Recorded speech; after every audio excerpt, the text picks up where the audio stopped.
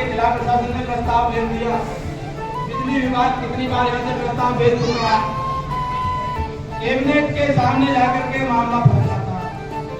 सरकार कैबिनेट में निर्णय लेकर के आदेश जारी नहीं कर रही। हमें तो लगता है 1 महीने पीछे आंदोलन आपने किया, क्षेत्र के विधायक पंकज जी ने धरना स्थल पर पहुंच करके धरने को समाप्त कराया। आप तमाम साथी जानते हैं कि क्षेत्रीय विधायक के अनुरोध पर 1 महीने चला हुआ आंदोलन उनके आश्वासन के आधार पर समाप्त हुआ। यहाँ से प्रस्ताव भी गया, लेकिन कैबिनेट में ना तो योगी जी की जो पिछली सरकार थी उसमें पास किया, दूसरा जो राउंड चल रहा है इसमें भी पास कर रहे हैं।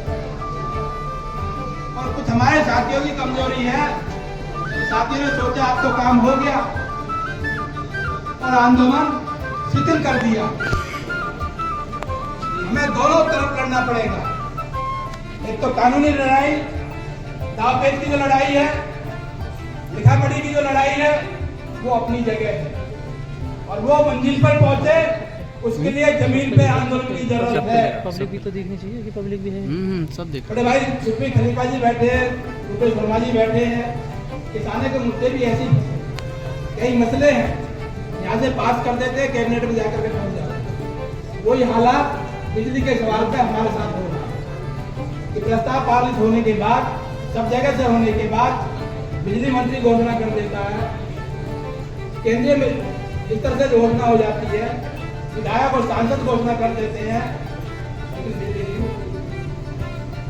सरकार अध्यादेश करके कानून नहीं बनाती, लेकिन उसके बाद भी अगर वो अध्यादेश ना भी बनाया, आदेश नहीं भी जारी करे, तब भी बिजली देना उनकी जो है प्राथमिक जिम्मेदारी है। अगर वो जिम्मेदारी को पूरा नहीं करते हैं तो सरकार के खिलाफ, प्रशासन के खिलाफ एक मजबूत लड़ाई की जरूरत है। पीछे आप बहुत ताकत के साथ खड़े, बड़े भाई सुप्रीम खलीफा जी, उनकी टीम, किसान परिषद के आपके आंदोलन के साथ जुड़ने से आपकी लड़ाई और मजबूत हुई। जो आपकी जिम्मेदारी है इस लड़ाई को मजबूती के साथ मंजिल तक पहुंचाना है, तो सबको सक्रिय होकर के काम करने की जरूरत है, एकजुट होने की जरूरत है। अगर 50% भी कॉलोनी के लोग जिस दिन सड़क पर निकल गए, लखनऊ तक हल्ला मच जाएगा, लखनऊ तक हल्ला मच जाएगा और आपका जो एजेंडा दबा पड़ा है वो आगे आ जाएगा, उस पर चर्चा शुरू हो जाएगी। तो उस दिशा में हमें काम करने की जरूरत है, क्योंकि वक्ता बहुत है हमारे बीच में, लंबी चर्चाएं जो हम आपके बीच में करते रहते हैं उत्तर लेने के बाद में। तो मैं अपनी बात यहीं समाप्त करूंगा। आप तमाम साथियों को दोबारा से संगठित होकर लड़ने के लिए, आवाज बुलंद करने के लिए सबका शुक्रिया, धन्यवाद। जय हिंद। आज की सभा के अध्यक्ष साथी लाइव हुसैन, राष्ट्रीय शहरी ग्रामीण समिति के हमारे नेता राजेश दुबे जी, गोविंद जी, गोपी जी, राम जी यादव, किरण जी, जतन जी, और हमारे बीच में किसान परिषद के राष्ट्रीय अध्यक्ष बड़े भाई सुप्रीम खलीफा जी, उदल आर्य जी, किसान सभा के जिलाध्यक्ष डॉक्टर रुपेश वर्मा, जनवादी महिला समिति की जिलाध्यक्ष रेखा चौहान, और इस सभा में विभिन्न कॉलोनी से आए हुए हमारे सभी साथी भाई और बहनों और साथियों, बिजली और जन सुविधाएं देना सरकार की प्राथमिकताएं हैं। बिजली हर नागरिक का मौलिक अधिकार है। संविधान में बहुत स्पष्ट व्यवस्था बिजली के संबंध में की गई है। अभी राजेश दुबे जी वैध और अवैध की जो बात कर रहे थे, हमारे वोट लेकर के विधायक बन सकते हैं, हमारे वोटों से सांसद बन सकते हैं और हमारे वोटों से सरकार बन सकती है। वो सरकार जो हमारे वोटों से बनी है, वो सरकार हमको अवैध बताए, ये कैसे हो सकता है?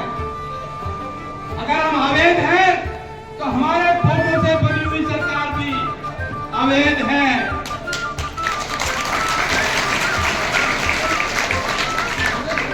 बिजली हर नागरिक की जरूरत है और सरकार की प्राथमिक जिम्मेदारी है कि अपनी उस जिम्मेदारी को पूरा करे, हर नागरिक को बिजली दे। बिजली के लिए हमने तो रजिस्ट्रियां कराई हैं, सरकार को राजस्व दिया है, तब अपने मकान बनाए हैं। जबकि प्रावधान है, अगर चौराहे पर, सड़क पर, सरकारी जमीन पर भी अगर कोई बैठा है और बिजली के लिए आवेदन करता है तो वहां भी बिजली मुहैया कराई जाती है। प्रीपेड की जो मीटर की जो स्कीम है, लड़ाइयों के बाद सरकार के साथ ये सहमति बनी कि खोखा पट्टी लगा करके जो बैठे हैं उनको भी कनेक्शन दिए जाएंगे। झुग्गी डाल करके जो नागरिक रह रहे हैं उनको भी प्रीपेड में लगा कर जो कनेक्शन दिए जाएंगे और दिए गए हैं। फुटपाथ पर कनेक्शन दिए गए हैं, झुग्गी बस्तियों में दिए गए हैं और हमने सरकार को राजस्व दिया है, बाकायदा रजिस्ट्री कराई है, दाखिल खारिज कराया, तो हमें आप बिजली क्यों नहीं दोगे? ये गंभीर सवाल है। और जहां सरकार कहती है डूब क्षेत्र में आप फंस गए, उसके लिए सरकार जिम्मेदार है, चाहे कोई सी भी सरकार रही हो।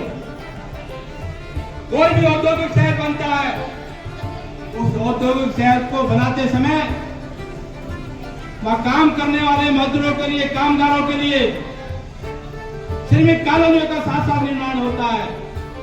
लेकिन नोएडा एक ऐसा शहर है जहां औद्योगिक नगर बसाने की सरकार ने प्लानिंग की, लेकिन उस प्लानिंग में उन उद्योगों में काम करने वाले कामगार, मजदूर, वो आखिर रहेंगे कहाँ?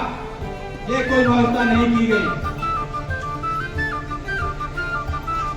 नोएडा प्राधिकरण ने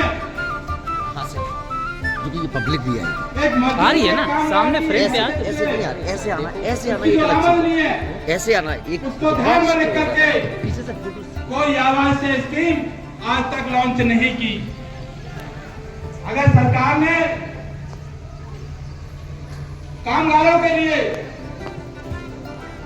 सस्ते आवास बना करके दिए होते तो हमें इस पुस्ता पार आकर बसने की जरूरत नहीं पड़ती। तो इसके लिए यहाँ का जिला प्रशासन, प्राधिकरण और प्रदेश सरकार जिम्मेदार है। अगर लोग बच जाते हैं, कोई काम नहीं बन जाती है, लोग रहने लगते हैं, उन लोगों को नागरिक सुविधाएं देना सरकार की प्राथमिकता है और सरकार अपनी जिम्मेदारी से नहीं पा सकती है। इस सवाल पर हमें मजबूती के साथ लड़ने की जरूरत है और ये लड़ाई एक दिन की लड़ाई नहीं है। क्योंकि हमारे कोई साथी सोचता हो कि एक दिन बड़ा हमने प्रदर्शन कर लेंगे, बड़ी सभा कर लेंगे, हमारी समस्या का समाधान हो जाएगा। बार बार आपको इसकी सभा और प्रदर्शन और अपने हक के लिए आवाज बुलंद करनी पड़ेगी, तब जाकर के रास्ता